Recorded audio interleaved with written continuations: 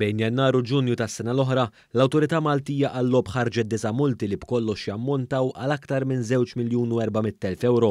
Dan fil-waqt li bkollox inħarġu 11 il-twissija, 2 sospensjonijiet u 7 operaturi teħditilhom il-liċenzja tal-lob. Dan tħabbar f'rapport tal-Awtorità Maltija għall-lob li jkopri l-ewwel 6 xhur tas-sena l-oħra. Waqt konferenza tal-aħbarijiet il-kap eżekuttiv tal-MGA, Dr. Karl Brinkat, sostna li l-pandemija kienet l-akbar sfida tul din l-aħħar sena e kif l-awtorità kellha tadatta għal sitwazzjonijiet ġodda. Madankollu qal il-pandemija ma waqfitx li din l-awtorità tkompli tirregola dan is-settur.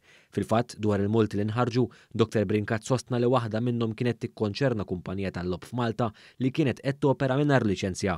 Dan wassal sabiex l-MGA imponiet multa ta' 2,300,000 euro lil din il-kumpanija. Iffukajna ħafna din is-sena minħabba l-pandemija fuq ċertu reklamar li seta' juża l-pandemija biex jinċentiva lil ġugaturi li jilagħbu iktar għaliex rajna li dak jista' jkun ta' periklu għal minnu vulnerabbli u allura ħafna mill-multi kienu jiffukaw fuq hekk. Semma wkoll il-ftehim forma ta' Memorandum of Understanding li sar fl-istess perjodu u li saħħaħ ir-relazzjoni tal-MGA mal-FIAU. Fil-fatt grazzi għal dan il-ftehim saru 833 test ta' skrutinju b'aktar effiċjenza fuq attività tal-lob. Fl-ewwel 6 xhur tal-2020 l-MGA wkoll assistit f'40 investigazzjoni internazzjonali fil-waqt li talbet l-assistenza għal 25 investigazzjoni.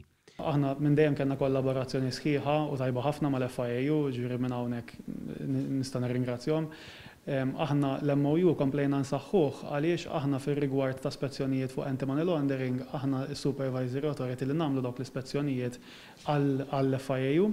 Allura dejjem importanti li l-informazzjoni nixxejjaw aħjar, nagħtu anke training lil xulxin. Fl-ewwel nofs tas sena l-oħra, it-taqsima ta' għajnuna tal-laba rċevit 2,431 talba u ġew solvuti 2,433 buħut li kienu jmorru lura s-sena ta' qabel. Dan fil-waqt li n-numru ta' kumpaniji tal-lob li operaw b'liċenzja Maltija kompla jiżdied għal 313 e kif inħarġu 40 liċenzja ġdida l-operaturi wara li sar proċess rigorus ta' verifika.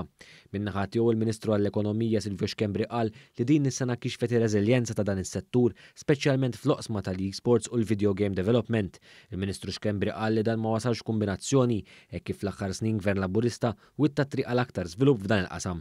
Dwar ir-riżultati li jixhed dan ir-rapport, il-Ministru Xkembri qal li huma grazzi għat-tisħiħ tal-istituzzjonijiet f'pajjiżna.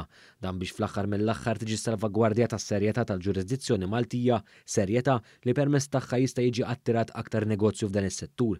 Dwar ir-rapport tal-Manival il-Ministru Xkembri qal li fl-aħħar xhur Malta kontinwament aġġornat ruħha anke f'dan il-qasam sabiex tkun konformi mal-kriterji stabiliti. Importanti wkoll anke fis-sena ta' sfida fosthom bis-sena li għandna qudiemna f'dan rapport tal-Manival rajna li anke fejn tidħol l-aspett regolatorju naraw li nagħlqu kull tieqa possibbli għall attività illeċita.